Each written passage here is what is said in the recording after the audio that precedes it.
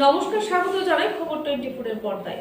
এই সময়ে গোটা রাজ্য জুড়ে বিভিন্ন বিদ্যালয়গুলোতে এনএসএস ইউনিয়নের উদ্যোগে বার্ষিক প্রশিক্ষণ শিবির আয়োজনের পর্ব চলছে। এই অঙ্গ হিসেবে আজ সখীচরণ দ্বাদশ শ্রেণী বিদ্যালয়ে সারা জাগানো রক্তদান শিবির আয়োজিত হয়।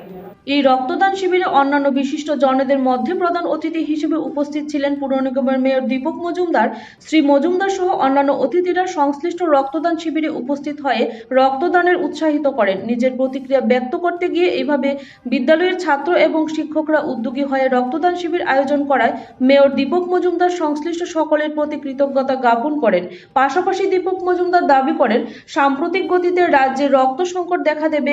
মুখ্যমন্ত্রী আহ্বানের সাড়া দিয়ে যেভাবে গোটা রাজ্যের মানুষ রক্তদান কর্মসূচিতে এগিয়ে এসেছে তা অভাবনীয়।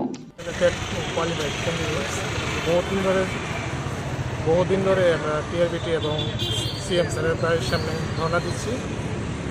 কতদিন আর এইভাবে আমরা আন্দোলন করব, ওই স্যারকে রিকোয়েস্ট করতে গিয়ে আমরা দিয়ে দিই।